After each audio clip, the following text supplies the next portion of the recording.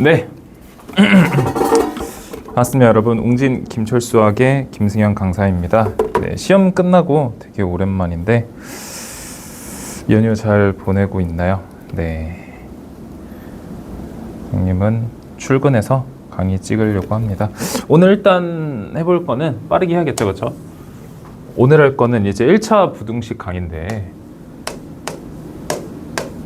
1차 부등식 이미 시험은 끝나긴 했어요. 근데 일단은 내용의 연결성을 위한 선생님이 일단은 짧게라도 찍어두려고. 어차피 선생님이 이게 강의를 안 찍었던 이유가 너무 내용이 짧아가지고 그랬던 거거든요. 선생님이 10분 컷 한번 해볼게요. 알겠죠? 자, 첫 번째. 자, 일단 1차 부등식 단원에서 요거 3가지 정도만 알면 되는데 뭐가 있냐면 우리가 초등학교 때부터 배웠던 게 있어요. 그게 뭐냐면 부등식의 표현. 초등학교 때 공부를 꼼꼼히 한 친구들하고 안 한 친구들의 차이점이 좀 여기서 드러나는데 우리가 그 부등호가 요거밖에 없는 거 알아요? 요거밖에? 요거. 이렇게 3가지 있거든요. 그래서 잘 봐봐요. 선생님이 딱 정리를 해줄 테니까 잘 보면은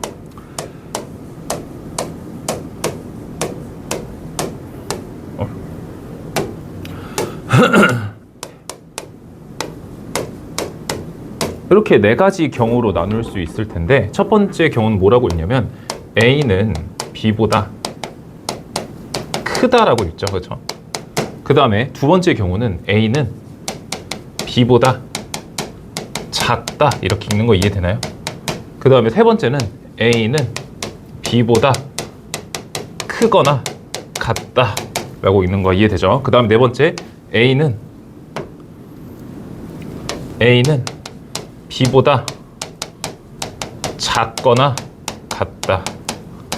요거 이해되나요? 여기까지? 그쵸? 그럼 여기까지는 누구든 할 수 있을 거라고 보고요. 요게 안 된다면은 조금 힘들긴 합니다. 알겠죠? 그래서 첫 번째로 요거를 내가 2글자로 줄여보면 A는 B 초과라고 읽을 수 있잖아요. 그렇죠? 그 다음에 얘는 A는 B 미만이다 라고 읽을 수 있을 거고 A는 B 이상이라고 읽을 수 있고 A는 B 이하라고 읽을 수 있다. 여기까지 괜찮죠? 여기 안 되면 좀 큰일 나요. 알겠죠? 근데 이제 여러분들이 중학교 1학년 때 조금 추가로 배웠던 게 뭐가 있었냐면 요 2가지는 제외하고 요 2가지 내용에서 요거랑 2개가 좀 같은 내용을 하나 배웠어요. 그게 뭐냐면은 A는 B보다 작지 않다. 그 다음에 A는 B보다 크지 않다. 이렇게 이거 2가지 내용 배웠는데 이거 기억하죠? 그쵸? 네, 못하면은 잘 모르겠습니다. 자, 그래서 그러면 이게 조금 중학교 1학년 때도 받아들이기 힘들었을 텐데 중학교 1학년 때 선생님을 만난 친구들은 이걸 어떻게 배웠냐면 A는 B보다 작지 않다라고 배웠어요. 그냥 나는 그냥 전공법으로 그냥 말 그대로 하는 거야. 말 그대로. 그러니까 요 부등호 제외하고 우리 부등호 뭐 있다 그랬죠? 요렇게 3개 있다 그랬잖아요. 그 중에 얘를 제외하겠다고. 나머지 2개를 얘기하는 거죠. 그렇죠? 그렇죠? 그다음 얘는 뭐겠어요? A는 B보다 크지 않다. 그러면 부등호가 이렇게 3개 있는데 요 큰 것만 빼고 얘네 얘기하는 거겠죠. 그렇죠? 그래서 작지 않다는 요거 얘기하는 거니까 A는 B 이상을 의미하고요. 그 다음에 두 번째 A는 B보다 크지 않다라고 했으니까 그럼 요거 제외하고 A는 B 이하다라고 받아들일 수 있다. 여기까지 이해되나요? 여기까지가 중1 내용이었고요. 그 다음에 또 선생님 중1 때 또 선생님한테 배운 학생들을 좀 추가로 하나 더 정리하는 게 있었어요. 그게 뭐가 있냐면 엄청 중요한 건데 요 2개예요. 요 2개. 2개를 곱했는데 0보다 큰 경우가 있고 2개를 곱했는데 0보다 작은 경우가 있는데 이거는 어떻게 해석하면 되냐면 A와 B의 부호가 같다. A와 B의 부호가 다르다라고 해석할 수 있는데 왜 그렇게 되냐면 둘이 곱해서 양수 나오는 경우가 뭐가 있냐면 둘이 부호가 둘 다 플러스이거나 마이너스일 때 경우밖에 없어요. 그 다음에 둘을 곱했는데 음수가 나오는 경우 어떤 게 있냐면 플러스 마이너스 마이너스 플러스 이 경우밖에 없다는 얘기죠. 그래서 이 말을 한마디로 바꿔서 뭐라 그러냐면 A와 B의 부호가 같다라고 얘기를 하는 거고, 요런 말을 한마디로 묶어서 뭐라 얘기하는 거면 A와 B의 부호가 다르다라고 얘기를 하는 거예요. 그 다음에 뭐 가끔씩 요런 것도 나오긴 하거든요. 반대다, 반대.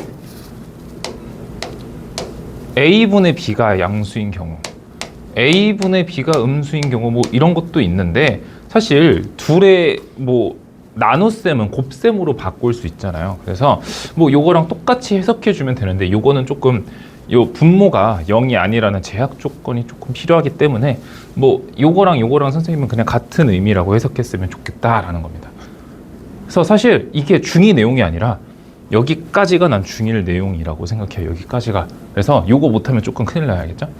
네, 그 다음 10분 컷 하기로 했으니까 빨리 해야겠죠. 그죠? 조금 줄여서. 그 다음에 두 번째,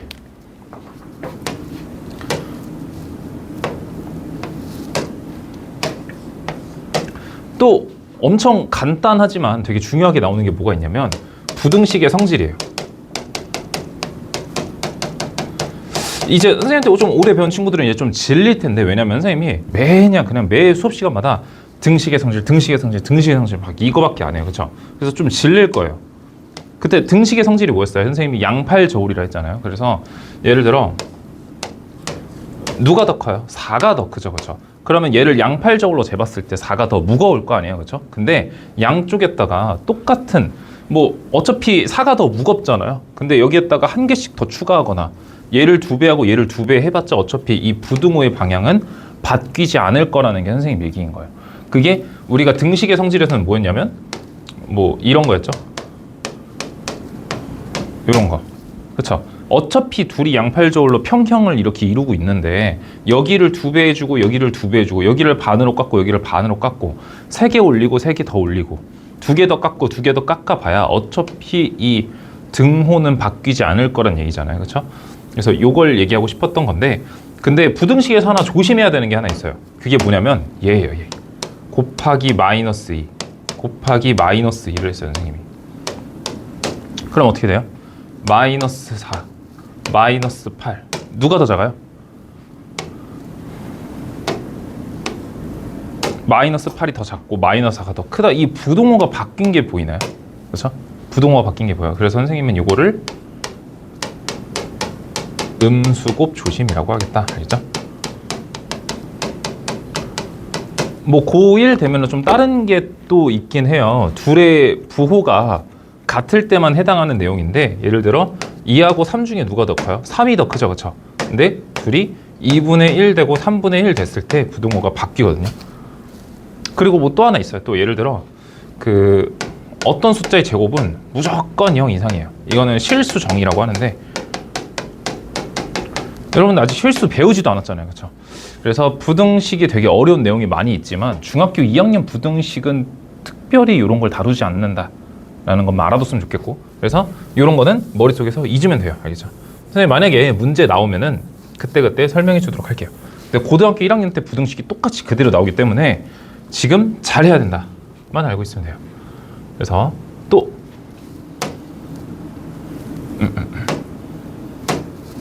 말을 안 듣네요. 네.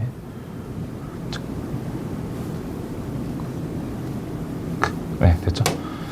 그 다음에 세 번째, 이제 마지막 내용인데, 이제 1차 부등식 얘기할까요? 1차 부등식. 별거 없어요. 그냥 차수가 1차인 부등식을 얘기하는 건데, 1차 방정식하고 비교하면서 보면 돼요. 1차 방정식.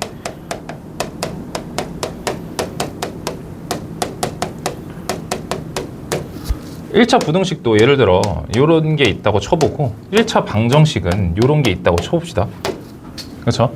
그러면 여기서 우리가 그 고1 때 또 중요하게 나오는 건데, 너무 못 쓴 것 같은데 조금 이쁘게 써볼까요?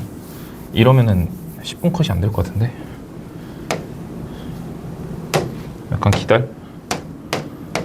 1차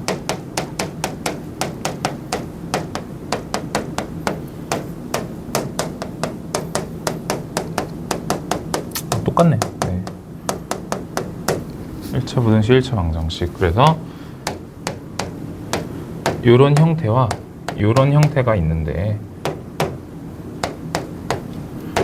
이런 형태가 있는데 여기서 이제 또 중요하게 하나 알아둬야 될 게 뭐가 있냐면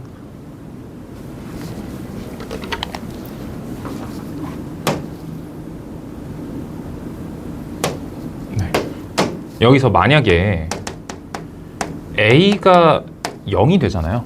A가 0이 되면 항상 우리 1차 방정식 때도 그렇고 1차 부등식도 그래요. 이거는 고1 때도 계속 나오는 건데 그때 특수한 해가 발생합니다. 알겠죠? A가 만약에 0인 경우에 특수한 해가 발생하는데 네, 뭐 요거는 지금까지는 알 필요가 없다. 고1 때 중요하게 다룰 내용 선생님 고1 때 다시 설명해 주도록 할게요. 그 다음에 그래서 여러분들 막 이거 열심히 풀 거잖아요. 그래서 막 A로 나눠가지고 막 어떤 숫자보다 크다 나눠가지고 어떤 숫자다 라고 나올 거 아니에요. 그쵸? 이거는 하나의 X 값을 얘기하는 거죠. 그쵸?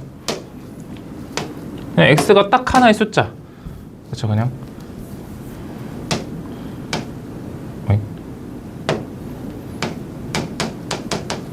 X를 딱 한 개의 숫자로 정의하는 내용이잖아요. 근데 요거는 요거랑 비교했을 때 어떤 느낌이에요? 아, 범위를 얘기하고 있다. 범위를 얘기하고 있다. 요것만 알아주면 돼요. 그래서 범위이기 때문에 우리가 이 1차 부등식의 해를 그림으로 표기할 수 있어야 돼요. 그림으로. X가 알파보다 크다. 그래서 요 알파는 포함하고 있지 않아서 빈 동그라미 표시를 했고요. 그 다음에 여기 색칠한 부분 모두 X 값이 될 수 있는 범위 중에 하나다 라고 얘기를 하고 있는 거죠.